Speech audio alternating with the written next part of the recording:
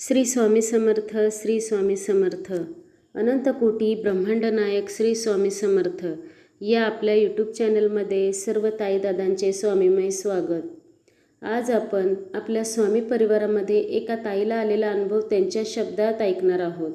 श्री स्वामी समर्थ. श्रद्धा जिथे अढळ असते तिथे चमत्कार घडण्यासाठी वेळ लागत नाही. स्वामींवर ठेवलेला विश्वास कधीच व्यर्थ जात नाही. कधी पादुकांच्या रूपाने, कधी प्रसादाच्या रूपाने, तर कधी संकटातून बाहेर काढणाऱ्या आधाराच्या रूपाने स्वामी आपल्या भक्तांच्या आयुष्यात प्रकट होत असतात. आजचा हा अनुभव म्हणजे स्वामी कृपेचा जिवंत आणि हृदयस्पर्शी साक्षात्कार आहे. मी सविता भोसले, सोलापूर. मी स्वामी दर्शनासाठी अक्कलकोट येथे गेले होते. दर्शनासाठी रांगेत उभी असताना हजारो भक्तातून एक मुलगा माझ्याजवळ आला आणि म्हणाला, ताई, तुम्हाला स्वामींच्या पादुका हव्या आहेत का? मी आनंदाने होकार दिला. काही वेळातच त्याने मंदिराच्या गाभाऱ्यातून स्वामींच्या पादुका, हार, फुले, पेढे आणि खडीसाखर आणून माझ्या हातात दिली. त्या क्षणी माझे मन कृतज्ञतेने भरून आले. त्यानंतर तो म्हणाला, ताई, तुम्हाला ब्रह्मांड नायक ग्रुपमध्ये ॲड करतो. मी हो म्हणाले. त्याने माझा नंबर घेतला. मीही त्याचा नंबर घेतला आणि त्याला मिस कॉल केला. पण घरी आल्यानंतर मला त्या मुलाशी बोलावेसे वाटले, म्हणून मी पुन्हा फोन करण्यासाठी मोबाईल उघडला. तर आश्चर्य, माझ्या मोबाईलमध्ये त्याचा नंबरच नव्हता. मी पुन्हा शोधला, पण नंबर सापडला नाही. मी ब्रह्मांड नायक यशवंत दादांचा ग्रुपला अशा पद्धतीने ॲड झाले. तो साधा मुलगा नव्हता. स्वामींनीच त्या रूपाने येऊन मला त्यांच्या पादुका दिल्या होत्या. आजही त्या पादुका माझ्या घरी विराजमान आहेत आणि मला खात्री आहे की स्वामी स्वतःच पादुकांच्या रूपाने माझ्या घरात आले आहेत. हे माझे भाग्य, माझ्यावर झालेली स्वामी कृपा आणि माझ्या जीवनातील अविस्मरणीय अनुभव आहे. माझा दुसरा अनुभव.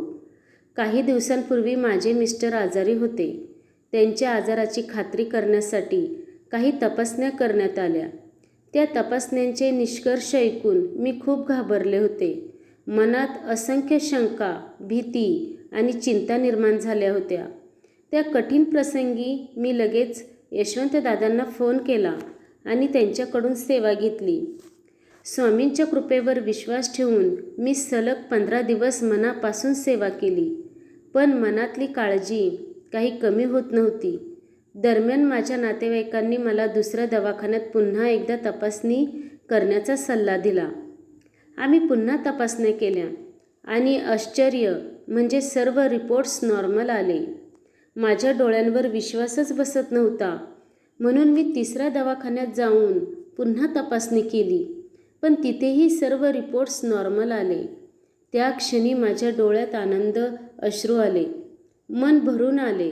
कारण मला जाणवले की ही केवळ योगायोगाची गोष्ट नव्हती, तर ही स्वामींची कृपा होती. ज्या स्वामींनी पादुकांच्या रूपाने माझ्या घरात प्रवेश केला, त्याच स्वामींनी माझ्या कुटुंबावरील संकट दूर केले. माझ्या मनातील भीती, गैरसमज आणि अस्वस्थता नाहीशी केली. आज मी पूर्णपणे विश्वासाने सांगते, जिथे मानवी बुद्धी थांबते तिथे स्वामींची कृपा कार्य करायला सुरुवात करते. भक्ताने फक्त श्रद्धेने त्यांना हाक मारायची असते.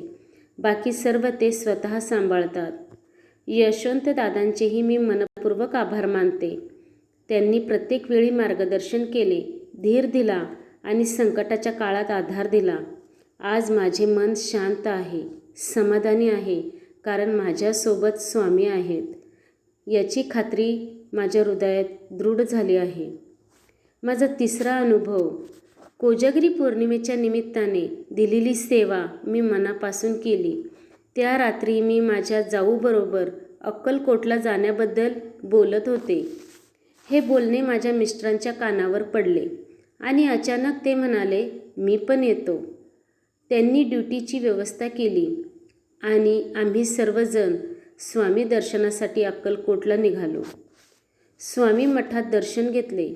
वटवृक्ष मंदिरात आरतीचा लाभ घेतला आणि नंतर महाप्रसादासाठी अन्नछत्रात गेलो. महाप्रसादासाठी गेल्यावर मला आणि माझ्या जाऊला बसण्यासाठी जागा मिळाली, परंतु माझ्या मुलाला आणि माझ्या मिस्टरांना जागा मिळाली नाही. त्यामुळे ते बाजूलाच थांबले. तोपर्यंत त्यांनी त्या चाललेल्या सेवेमध्ये आपला सहभाग घेतला. जेवणासाठी बसलेल्या भक्तांना पाणी देणे, पंत्रवळ्या देणे, व्यवस्था करण्यात मदत करणे अशी छोटीशी सेवा त्यांनी मनापासून केली. सेवा करताना त्यांच्या मनात कोणतीही अपेक्षा नव्हती. फक्त स्वामींच्या चरणी काहीतरी सेवा घडावी हीच भावना होती. पहिली पंगत संपल्यानंतर दुसरी पंगत बसली आणि मग माझे मिस्टर व मुलगा जेवणासाठी बसले आणि त्यानंतर एक अद्भुत प्रसंग घडला. स्वामींसमोर ठेवलेले प्रसादाचे ताट आरतीनंतर तेथील सेवेकऱ्यांनी थेट माझ्या मिस्टरांच्या हातात आणून दिले. तो क्षण पाहून माझे डोळे भरून आले. मनात एकच विचार आला, स्वामी आपल्या भक्तांची सेवा कधीच वाया जाऊ देत नाही. ज्या हातांनी काही क्षणापूर्वी स्वामींच्या भक्तांची सेवा केली होती, त्याच हातात स्वामींच्या गाभाऱ्यातून आलेला विशेष महाप्रसाद ठेवण्यात आला. हा केवळ योगायोग नव्हता, तर स्वामींच्या कृपेची जिवंत प्रचिती होती. त्या क्षणी मला जाणवले, भक्त एक पाऊल पुढे स्वामींपुढे टाकतो तेव्हा स्वामी 100 पावले भक्तांकडे धावत येतात. 4-5 दिवसांपूर्वी मी दुःखी, चिंताग्रस्त आणि मनाने खचलेले होते, पण आज माझे मन आनंदाने, समाधानाने आणि कृतज्ञतेने भरून गेले आहे. आज माझ्याकडे शब्द नाहीत, फक्त डोळ्यात आनंद अश्रू आहेत आणि हृदयात स्वामींच्या चरणी अनंत कृतज्ञता आहे.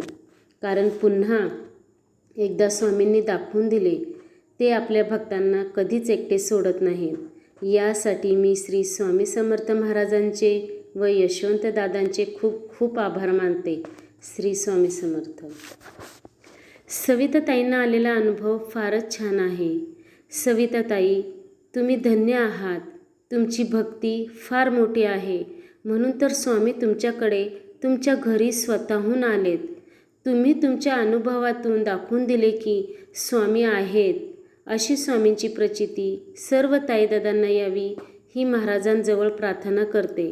आपल्या या चॅनलला लाईक, शेअर, सबस्क्राईब करायला विसरू नका. श्री स्वामी समर्थ.